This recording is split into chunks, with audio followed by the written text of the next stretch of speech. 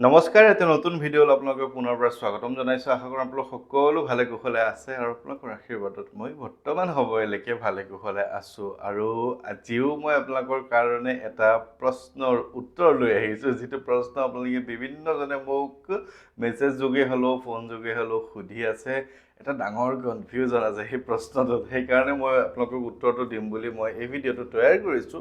তাৰ আগে সুধিছোঁ যে যোৱাকালি ফাকুৱা হৈ গ'ল, ফাকুৱা আপোনালোকে খেলিলে নে নাই, কেনেকৈ খেলিলে, কি কথা, কাৰোবাৰ জ্বৰ হৈছে নেকি পানী চানী খেলি। আৰু যি কি নহওক, কালি ফাকুৱাও আমাৰ খুব ধুনীয়াকৈ উদযাপন কৰিলোঁ। আমাৰ গাঁওখনত আচলতে বহু বছৰৰ আগতে আমি প্ৰত্যেক বছৰতে গোসাঁই ফুৰোৱাৰ নিয়মটো আছিলে।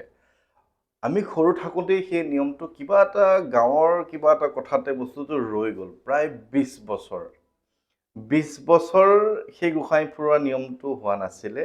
তাৰপিছত যোৱাকালি অৰ্থাৎ এই বছৰৰ ফাকুৱাত গাঁৱৰ সকলো যুৱক যুৱতী হওক, জ্যেষ্ঠসকলে মিলি সেই অনুষ্ঠান ভাগ কৰিলে। খুব ভাল লাগিল বহুত দিনৰ পিছত। আৰু মই আজি আপোনালোকৰ কাৰণে যিটো প্ৰশ্নৰ উত্তৰ লৈ আহিছোঁ সেইটো হৈছে, চ'ত মাহত হনুমান চালিচা পাঠ কৰিব পাৰিব নে নাই। যিসকল লোকে মোক নিমন্ত্ৰণ দি থৈছে, চ'ত মাহত অনুষ্ঠান কৰিব পাৰিবনে নাই, এনেধৰণৰ প্ৰশ্নটোৰ উত্তৰ মই লৈ আহিছোঁ আপোনালোকৰ কাৰণে। কাৰণ জানিব আপোনালোকে বিচাৰি আছে, যিহেতু ফাগুনৰ পিছতে এই 15 তাৰিখটো যোৱাৰ পিছতে, ইংৰাজী এই মাৰ্চ মাহৰ 15 যোৱাৰ পিছতে ফাগুনৰ চ'তৰ কথা আহি গ'ল।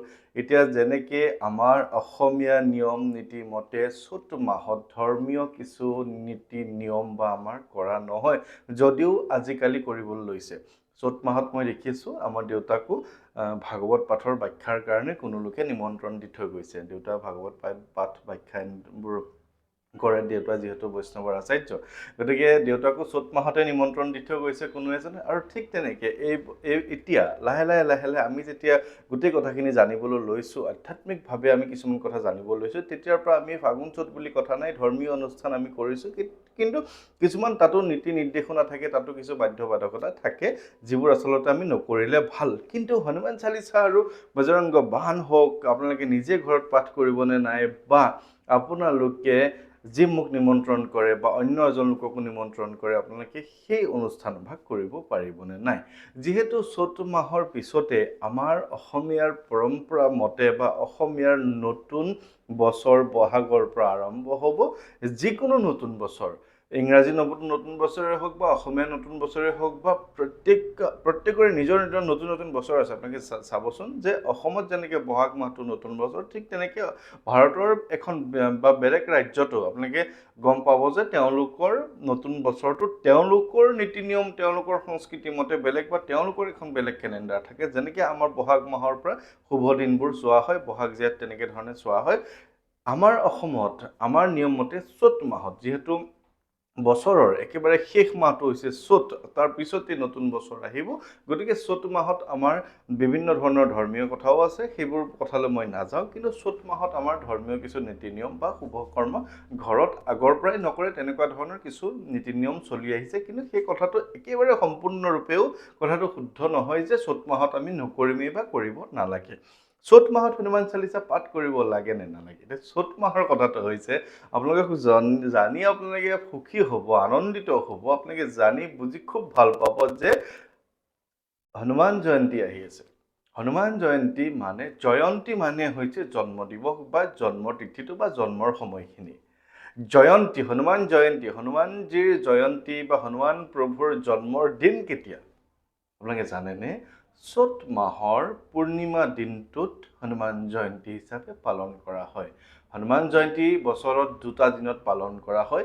বিভিন্ন লোকে বিভিন্ন বেলেগ বেলেগ সময়ত পালন কৰে, যদিও আমাৰ যিটো একেবাৰে সাধাৰণ কমন যিটো হনুমান জয়ন্তী পালন কৰা হয়, সেই গোটেই ভাৰতবৰ্ষতে পালন কৰা হনুমান জয়ন্তীৰ দিনটো হৈছে চ'ত মাহৰ পূৰ্ণিমা দিনটো। গতিকে চ'ত মাহটোত আপুনি হনুমান চালিচা পাঠ কৰিব নোৱাৰিব বুলি কিবা এটা কথা আছে নেকি?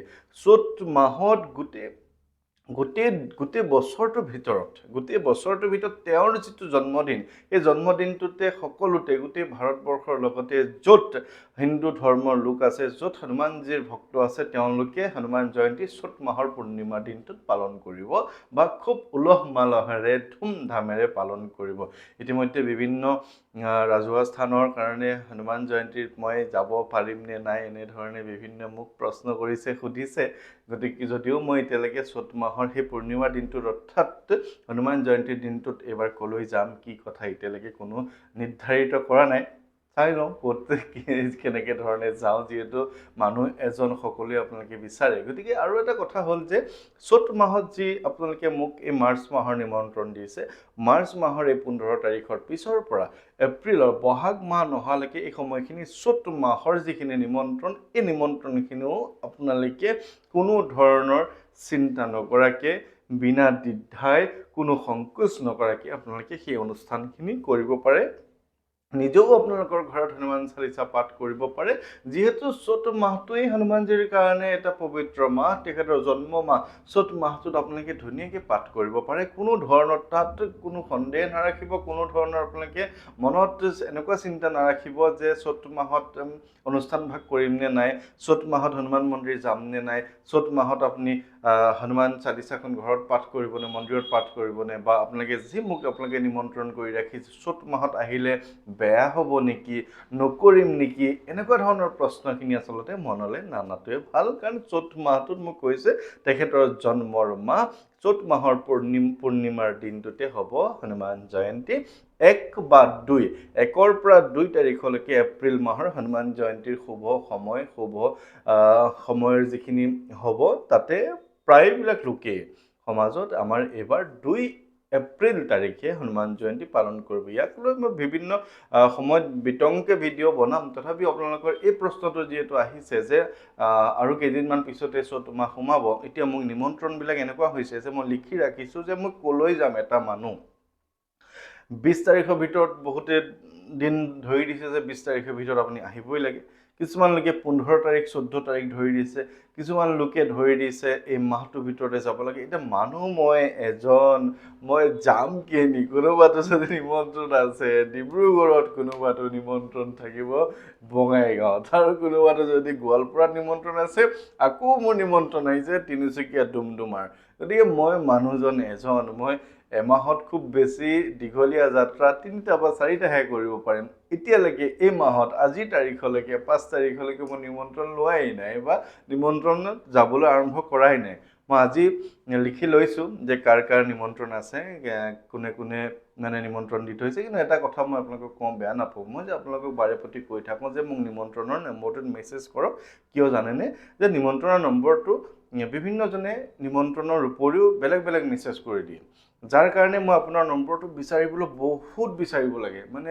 কেতিয়াবা আপোনালোকে বেয়া পাই যায় যে ইমান দিন হৈ গ'ল নিমন্ত্ৰণ দি থোৱা কিন্তু মই চাবলৈ মই পৰা নাই কাৰণ নিমন্ত্ৰণ জনোৱা নম্বৰটোত চাকি জ্বলাবৰ কাৰণেও মেছেজ দি দিয়ে নিমন্ত্ৰণ জনোৱা নম্বৰটোত প্ৰশ্ন সুধি মেছেজ কৰে গতিকে মইতো কৈছোঁৱে যে নিমন্ত্ৰণৰ নম্বৰটো কেৱল সেইটো নম্বৰত মেছেজ কৰিব বা চাকি জ্বলাবৰ কাৰণে বেলেগ বা ফোন বা কিবা জানিব লগা হ'লে মোৰ এটা বেলেগ নম্বৰত আপোনালোকে ফোন মেছেজ কৰিব কিন্তু আপোনালোকে নুবুজাকৈ কথাটো ভালকৈ মানে কি ক'ম আৰু বেয়া নাপাব কোৱাৰ কাৰণে যে কথাটো ভালকৈ নুবুজাকেই মোক আচলতে আপোনালোকে মেছেজটো কৰি দিয়ে তাত যাৰ কাৰণে কিছুমান লোকৰ এনেকুৱা আৰ্জেণ্টভাৱে নিমন্ত্ৰণ কৰিব বিচাৰে খুব লৰালৰিকৈ নিমন্ত্ৰণ কৰিব বিচাৰে খুব জৰুৰী থাকে কোনো লোক ছুটীত আহি মোক নিমন্ত্ৰণ কৰে কিন্তু মোক নাপায় কাৰণ মই মেছেজটোৱে উলিয়াব নোৱাৰোঁ মই আজি আপোনালোকক পুনৰবাৰ অনুৰোধ কৰিম মই খুব